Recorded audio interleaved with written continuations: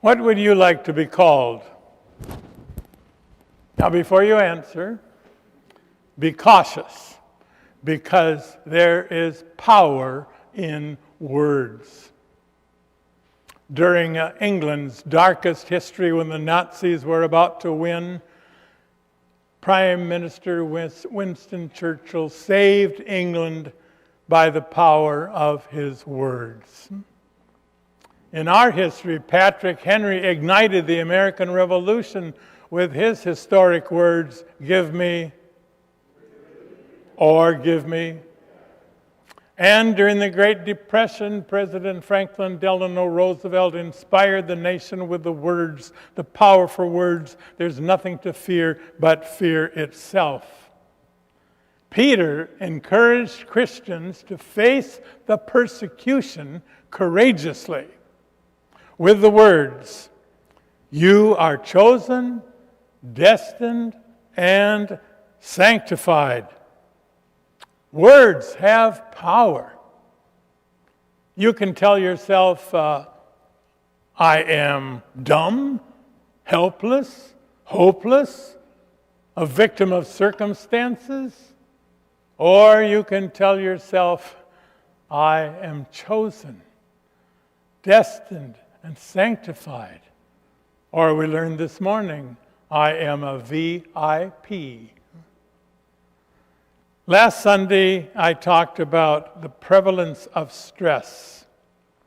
Well, the Surgeon General of the United States recently released reported that now there is an epidemic of loneliness in all age groups, causing depression and illness, various ailments.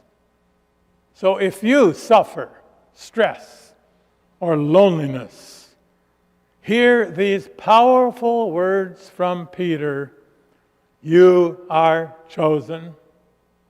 Once, he says, you were not a people, but now you are God's people, unquote. Once you may have felt lost, alone, not belonging, but now you are one of God's people. As a church, that's who we are. We are chosen.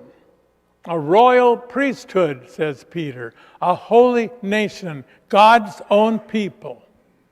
Peter reached back into the Old Testament and found those powerful words that were addressed to the nation of Israel. And he took those words and he spoke them now, told them to this small, craggly, politically powerless church made up of slaves and women.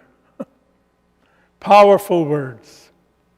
Imagine, God now says to us, I choose you, First United Methodist Church of Palo Alto. You are now my chosen people. You are my priests to intercede on behalf of people. You are to do my work. I want you to be my own special people. Who are we? We are the God's special people, set apart, sanctified for special work. To do what? What's the special work? Peter tells us in verses 9 and 10, in order that you may proclaim the mighty acts of him who called you out of darkness into his marvelous light. Once, he says, you were not a people, but now you are God's people. How can you tell if we are God's special people? How can you tell God's special people from everyone else? Not all people, not that all people aren't God's people, but we who are in the church are God's special people. And how can you tell? A fourth grade class played a game called Balloon Stomp. They attached a balloon to a leg of every child in the class and told them to stomp the balloons. Well, they went at it ferociously. Some stood on the sidelines not knowing what to do. And finally, when all the balloons were flat, the children found a winner. One child won, and the other children lost. Then, there was another fourth grade class made up of mentally deficient, mentally challenged children. It took them quite a while to understand that you were supposed to break the balloons. But then when they understood, one girl held her balloon and a boy stomped on it.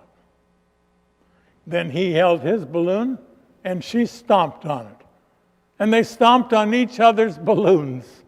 And when they were all done, they all cheered, for they were all winners. There were no losers. God's special people.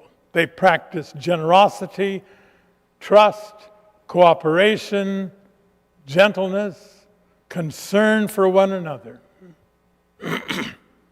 Well, how can you tell if a church is made up of God's special people? Another example.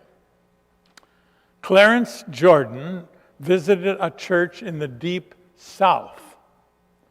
And there he was surprised to find a church that was vital, dynamic, growing, and integrated. Black and white, rich and poor. And he asked the old hillbilly preacher, he said, "How did the church get this way?" And the preacher said, "Well, when our preacher left our small church, I went to the deacons and said, 'I'll be the preacher.'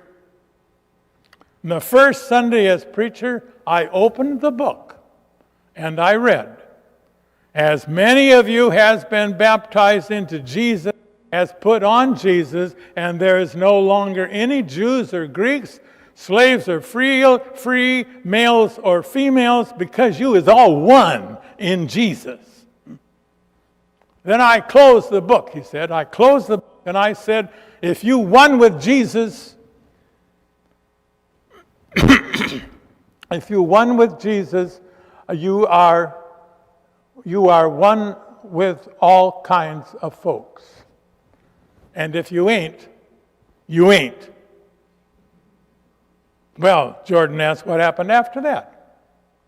"Well," said the preacher, "the deacons took me into the back room and told me they didn't want to hear that kind of preaching no more." He said, "Well, what did you do?" The preacher roared, "I fired them deacons." And I preached that church down to 4 people. Then the church began to grow and grow. And I found out, he says, that revival sometimes don't mean bringing people in, but getting people out that don't love Jesus.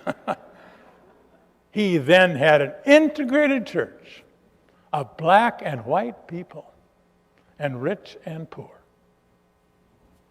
If they ever ask me to design questions for the district superintendent to ask at our annual church conference, I would tell him or her to ask, "What miracles have happened this past year?" What miracles? Well, regarding our congregation, I would tell him or her, we are a church of God's special people who love Jesus and love all kinds of folks.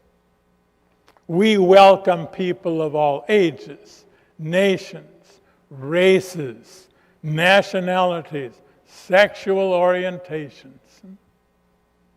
We are a church of God's special people who take care of one another, who look out for one another, who break each other's balloons. We care for one another, where everyone is a winner. We are a church of God's special people whose arms encompass the world. We give to missions through our apportionments and special offerings. We do hands-on mission work. We feed and host the unhoused through Hotel de Zinc. We build houses. We tutor. And we help youth in Africa. We are a church of God's special people who do not keep the good news to ourselves, but, quote, proclaim the mighty acts of Him who called you out of darkness into His marvelous light, unquote, amen.